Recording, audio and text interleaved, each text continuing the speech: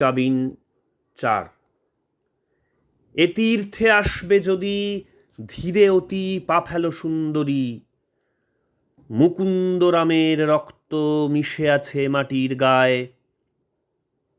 ছিন্ন তালপত্র ধরে এসো সেই গ্রন্থ পাঠ করি। কত অশ্রু লেগে আছে এই জীর্ণ তালের পাতায়। কবির কামনা হয়ে আসবে কি হে বন্য বালিকা, অভাবের অজগর যেন তবে আমার টোটেম।